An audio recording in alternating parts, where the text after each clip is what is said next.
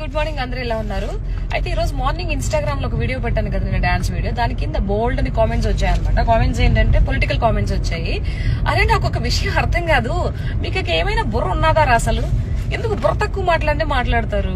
ఇప్పుడు నేను గత జగన్మోహన్ రెడ్డి 5 ఏళ్ళుగా ముఖ్యమంత్రిగా ఉన్నప్పుడు ఏదైతే వింజమూరు నుంచి నెల్లూరుపాలెం, అంటే నేను ఆత్మకూరు నియోజకవర్గం ఓటర్ గా మాట్లాడుతున్నాను, అక్కడ జరిగిన సిచ్యువేషన్, అప్పుడు నేను చూసినటువంటి సిచ్యువేషన్ గురించి మాట్లాడుతున్నాను.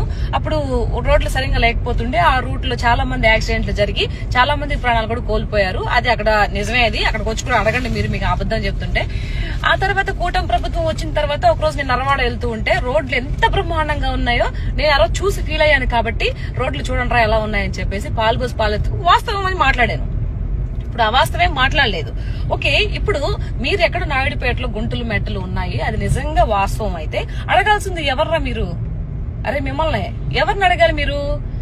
అక్కడ ఉన్నటువంటి ఎవరైతే ఎమ్మెల్యే ఉంటారో, ఓటేసి ఉంటారు కదా మీరు, వాళ్ళని కదా అడగాలి. నన్ను అడిగితే ఏమొస్తుందిరా మీకు? నేనేమన్నా ఎమ్మెల్యేనా, లేకపోతే మంత్రినా, లేకపోతే ముఖ్యమంత్రినా? ఏ ఇది నాకు కమెంట్ చేస్తే ఏమొస్తుంది మీకు? చేతులు నొప్పులు తప్పి టైం వేస్ట్ తప్పితే ఏమీ రాదు. కాబట్టి నిజాయితీగా ఓటు నోటు తీసుకోకుండా మీరు కానీ ఓటు వేసి ఉంటే అడిగే హక్కు మీకు ఉంటుంది. పోయి వాళ్ళని అడగండి, అంతే తప్పితే ఊరకొక్కలాగా ఏంటి నోటుకొచ్చినట్టు మాట్లాడితే ఏం వస్తుందిరా? బొబ్బరాజమానం బజిగోవిందం, అంతకన్నా ఏమి రాదు. కాబట్టి ఏదైనా ఒక మాట మాట్లాడేటప్పుడు కొంచెం జాగ్రత్తగా మాట్లాడి మెసేజ్ చేస్తే బాగుంటుందని చెప్పేసి, మీరేదో నాకు బ్యాడ్ కామెంట్ పెట్టారని బాధపడట్లా.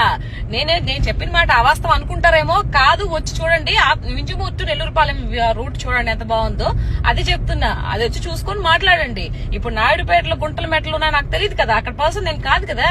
కాబట్టి ఒకవేళ గుంటల మెట్టలో ఉంటాయి, అడగాల్సింది ఎవరిని, ప్రశ్నించాల్సింది ఎవరిని? గవర్నమెంట్ ని. అక్కడ ఉన్నటువంటి ఏదైతే మీకు ఓటేసి గెలిపించుకుంటారు కదా ఎమ్మెల్యేని, వాళ్ళని అడగాలి. ఏదైనా తప్పు జరిగింది, మనకి పరిపాలన సరిగ్గా జరగలేదంటే అడిగే హక్కు మన అందరికీ ఉంటుంది. నేనేమి వెనకేసుకు రావట్లేదు. ఏదైనా వాస్తవాలే మాట్లాడాలి, అవాస్తవాలు పక్కన పెట్టి వాస్తవాలే మాట్లాడాలి.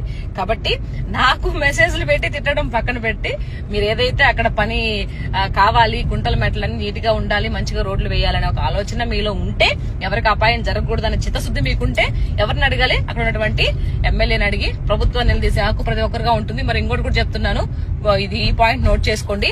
నిజాయితీగా ఓటు వేసిన వాడికి మాత్రమేను, నోటికి ఓటు తీసుకున్న వాడికి అడిగే హక్కు లేదు. ఓకే, ఈ పాయింట్ ని నోటెడ్ చేసుకోండి, సరేనా?